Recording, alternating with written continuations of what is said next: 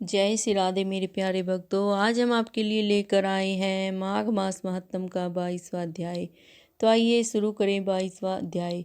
इतना कहकर भगवान अंतर ध्यान हो गए और देवदूती भगवान के ध्यान में लीन हो गया। तब देवनिधि कहने लगे कि हे महर्षि, जैसे गंगा जी में स्नान करने से मनुष्य पवित्र हो जाता है, वैसे ही भगवान की इस कथा को सुनकर मैं पवित्र हो गया।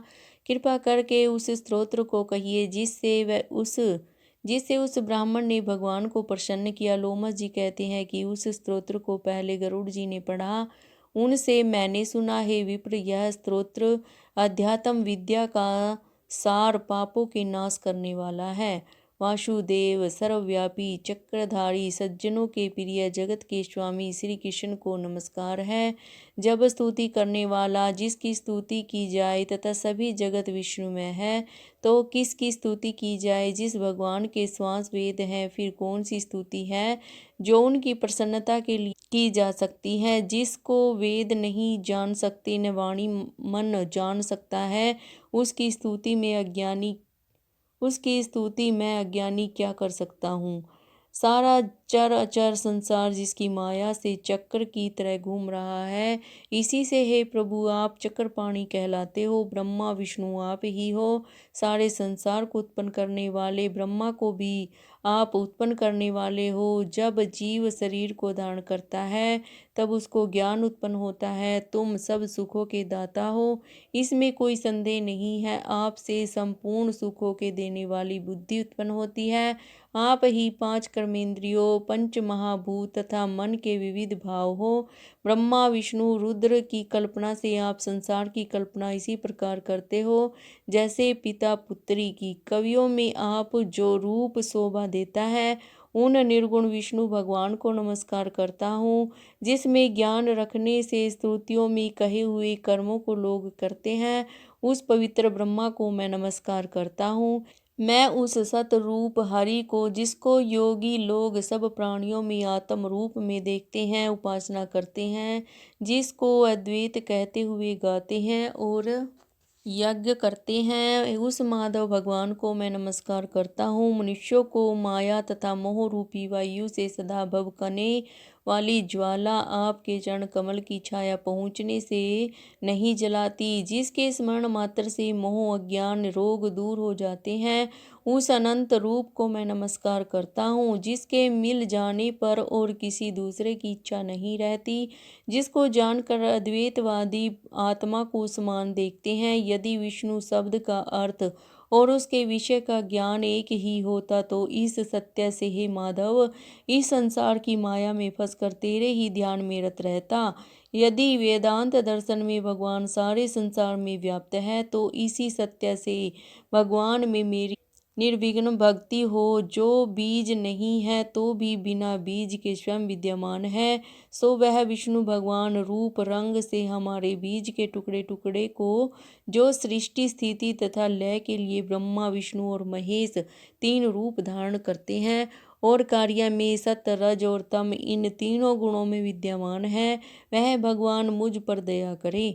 जो देवताओं की प्रार्थना पर अवतार धारण करते हैं, वह भगवान मुझ पर प्रसन्न हो। जो प्राणियों के हृदय रूपी मंदिर में निर्मल देव वास करते हैं, वह भगवान मुझ पर प्रसन्न हो। जो अविद्या पूर्ण संसार का त्याग करती है, जगन में आप हो, आपका बनाया हुआ विश्व आनंद करता है, आपके त्याग करने पर अपवित्र हो जाता है, उसका साथ करने पर भी तुम बिना साथ के बने रहते हो।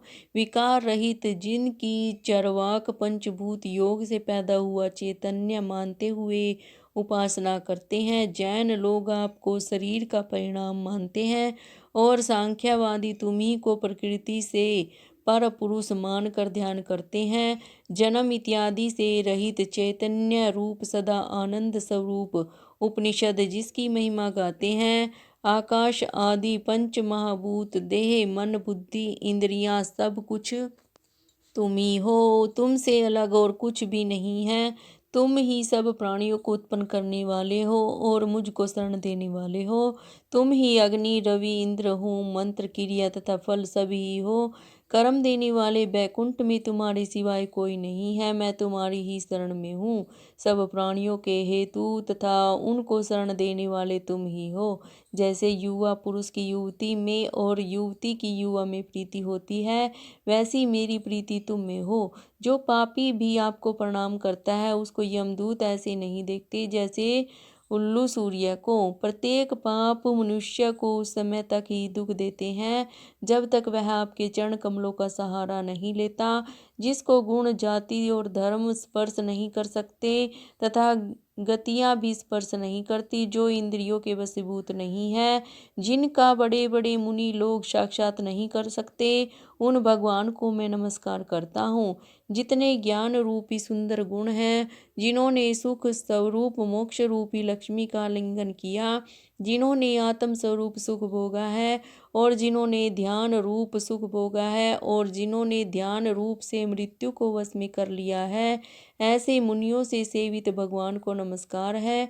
जो जन्म आदि से अलग हैं, जिनको काम क्रोध आदि दोष दुख नहीं देते, उन वासुदेव भगवान को मैं नमस्कार करता हूँ।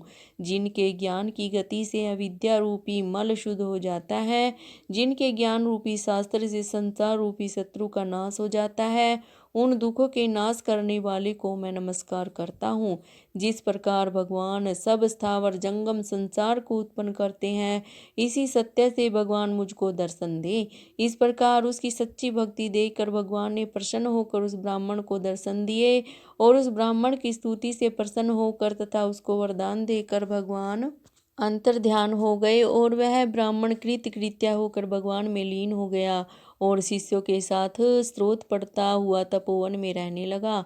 जो कोई स्तोत्र को पढ़ता अथवा सुनता है, उसकी बुद्धि पाप में नहीं लगती और न ही बुरा फल देखता है। इसके कीर्तन से मनुष्यों की बुद्धि, मन और इंद्रियां स्वस्थ होती हैं।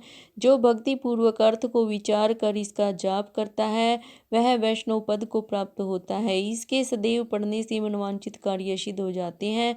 मनुष्य सुपुत्र पाता है तथा धन पराक्रम और चिरायु प्राप्त करता है।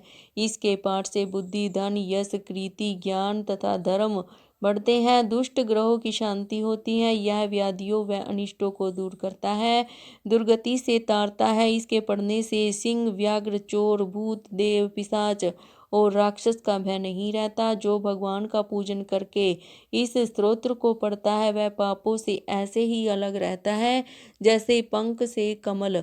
जो गति गंगा आदि के स्नान से मिलती है, जो इस स्तोत्र को 1 काल, 2 काल या 3 काल पढ़ता है, वह अक्षय फल प्राप्त करता है। जो मनुष्य प्रातःकाल इस स्तोत्र का पाठ करता है, वह इस लोक और परलोक में अक्षय सुख पाता है।